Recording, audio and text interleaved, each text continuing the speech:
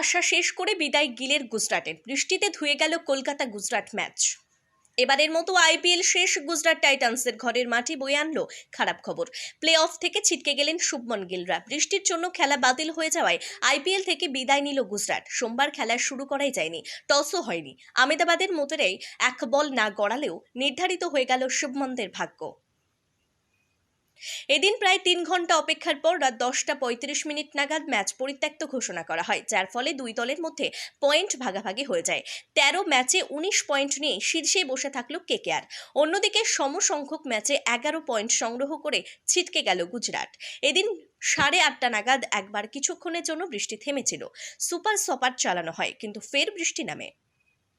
এদিন খেলা শুরু হওয়ার শেষ সময় ছিল 10:56। সেক্ষেত্রে 5 ওভারের ম্যাচ হতো, কিন্তু রাত 10টা পর্যন্ত ঝিরঝিরে বৃষ্টি পড়ে।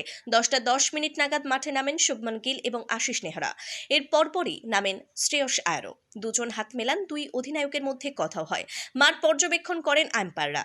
বৃষ্টি পুরোপুরি থামার পর খেলার জন্য মাঠ উপযুক্ত করতে অন্তত 40 থেকে 45 মিনিট লাগতো, কিন্তু রাত 10:15 পর্যন্ত হালকা বৃষ্টি চলে। এরপর মাঠ শুকিয়ে 10:56 মধ্যে খেলা শুরু করা সম্ভব ছিল না। তার ওপর সামনেই টি-20 বিশ্বকাপ, তাই ভেজা মাঠে চোট আঘাতের ঝুঁকি নিতে চাননি দুই দলই। সেই কারণে শেষ পর্যন্ত খেলা পরিত্যক্ত ঘোষণা করা হয়। ব্যুরো রিপোর্ট, পিবি বার্তা।